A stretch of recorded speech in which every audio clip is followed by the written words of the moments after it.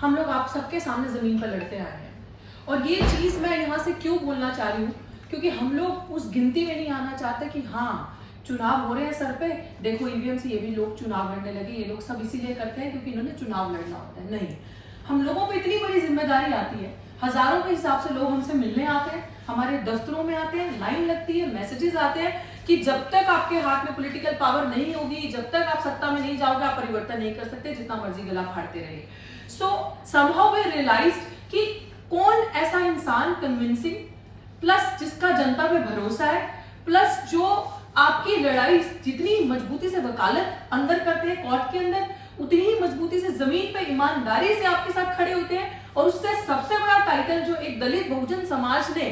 देखते हुए जो एक ऑप्रेस सेक्शन उन्हें दिया है, which is Ambedkarite in a true sense, the person who is true Ambedkarite, जो सब विचारधाराओं को, समानता को मान के चलते हैं, और जिनका मैं इसलिए कह सकती हूँ क्योंकि मेरा केस भी एडवोकेट महमूद प्राचा जी लड़ रहे हैं, और जो मेरा केस था और जिस तिथि में आज मेरा केस है, तो 100% SC/ST का सक्सेसफुल रेट अगर किसी एडवोकेट का है जीतने में, जितने भी केसेस हमारे दफ्तर में हैं, वो एडवोकेट महमूद प्राचा जी का है। और पूरे भारत के एक जाने माने एक ऐसी शख्सियत, ऐसे वकील जो किसी से डरते नहीं है, एक ऐसे लीडर की फॉर्म में वो उभर रहे हैं एक ऑप्रेस सेक्शन के लिए, खासकर पुलिस से कैसे सामना करना है, ऐसे नहीं कि गुंडागर्दी करके, पुलिस को कानून कैसे समझाना है, पुलिस को ये परिभाषा कैसे बतानी कि तुम जनता के सेवक हो, पब्लिक सर्वेंट। सर्वेंट माने नौकर। व्हेन यू रियलाइज दिस कि जो तुम्हारी वर्दी है और इस देश का कानून सुधारात्मक है, दंडात्मक नहीं है। आपको इस देश का कानून और ये जो खाकी है, आपको जनता को डराने के लिए नहीं, जनता के बचाव के लिए और सुधार के लिए, ये वर्दी जो है क्रिमिनल्स को डराने के लिए है। इस चीज का फर्क बताना और इस चीज में चलना, और भारतीय जनता पार्टी के सामने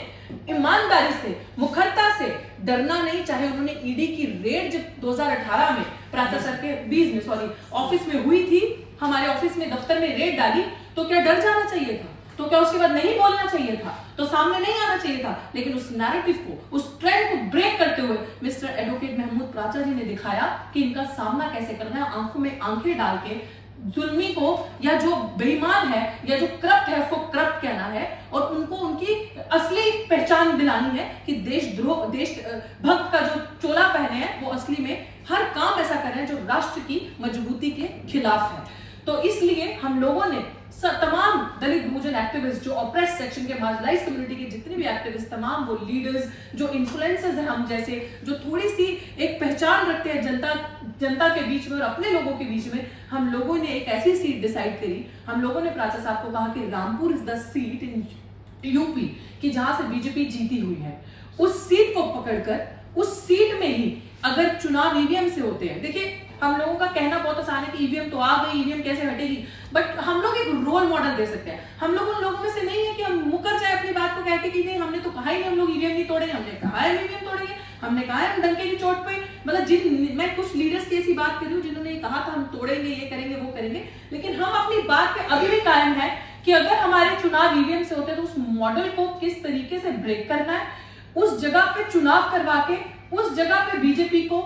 किस तरीके से एक नया नैरेटिव क्रिएट करके ये दिखाना है कि हम कैसे बीजेपी को हरा सकते हैं। हम इस मुहिम को लेकर जाना चाहते हैं, और मुझे लग रहा है कि this is the best seat जहां पे हमारे समाज के लोगों का हमें पूरा समर्थन मिला है कि आप आए, और वहां पे मुस्लिम समाज का भी पूरा समर्थन मिला, और वो हमें बुला रहे हैं कि आप आए और यहाँ से चुनाव लड़े। और मैं जितने भी विपक्षी दल हैं,